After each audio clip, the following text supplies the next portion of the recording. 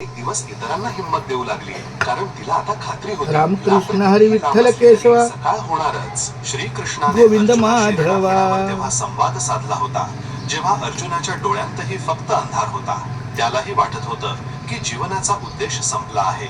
आपलेच नातेवाईक, गुरुजन आणि प्रियजन यांना शत्रूच्या रूपात समोर पाहून त्याचं मन रामकृष्ण कापत हरी होतं. विठ्ठल त्याचं केशवा. गांडीव धनुष्य त्याच्या हातातून सुटत होतं. त्याला समजत नव्हतं की त्याने काय करावं. धर्म आणि अधर्मातील फरक त्याला दिसत नव्हता. त्याला वाटत होतं की हे युद्ध जिंकूनही काय मिळणार, जेव्हा आपलेच राहणार नाहीत. पण श्रीकृष्णाने सांगितलं, तू आपल्या कर्तव्यावर ठाम राहा.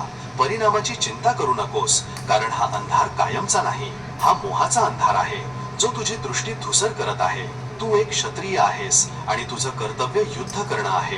तर जेव्हा तुमचं आयुष्य विखुरलेलं वाटेल, जेव्हा तुम्हाला वाटेल की आता कोणताही मार्ग उरलेला नाही, तेव्हा हे विसरू नका की हे फक्त एक वादळ आहे. आणि वादळ रामकृष्ण हरी विठ्ठल केशवा. शकत नाही. गोविंद तुमची प्रत्येक माधवा. अडचण, तुमची प्रत्येक रात्र खरं तर तुम्हाला पुढच्या सकाळसाठी तयार करत असते. रामकृष्ण जेव्हा हरी आयुष्य विठ्ठल सर्वात केशवा. कठीण वाटेल, तेव्हा आतून एक आवाज द्या, गोविंद हे दिवस माधवा. जातील. आणि मग हसा, कारण तुम्हाला माहित आहे, रामकृष्ण सूर्य हरी उगवणार विठ्ठल आहे. केशवा. कारण श्रीकृष्ण म्हणतात, गोविंद धैर्य, माधवा. श्रद्धा आणि आत्मविश्वास हेच ते दिवे रामकृष्ण आहेत, हरी जे विठ्ठल अंधारात मार्ग केशवा. दाखवतात. सूर्य तर तुमच्या गोविंद आतच आहे. माधवा. फक्त ढग दूर होण्याची गरज आहे.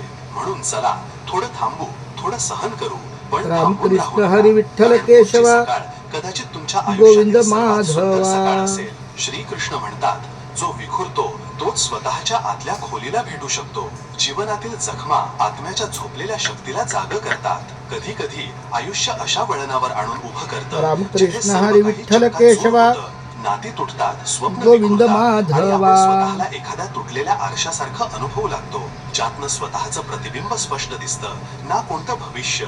अशा वेळी हे रामकृष्ण समजणं हरी खूप विठ्ठल कठीण केशवा. असतं की जे काही गोविंद घडत आहे ते का घडत माधवा. आहे. मन प्रश्न विचारतं, मीच का? मन किंचाळतं, मी इतका कमजोर आहे का की विखरून जाईन?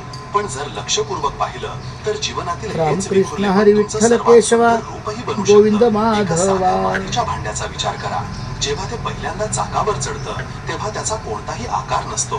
ते फक्त मातीचा एक गोळा असतो. मग कुंभार त्याला वारंवार फिरवतो, आपल्या हाताने दाबतो, त्याची माती थोपतो.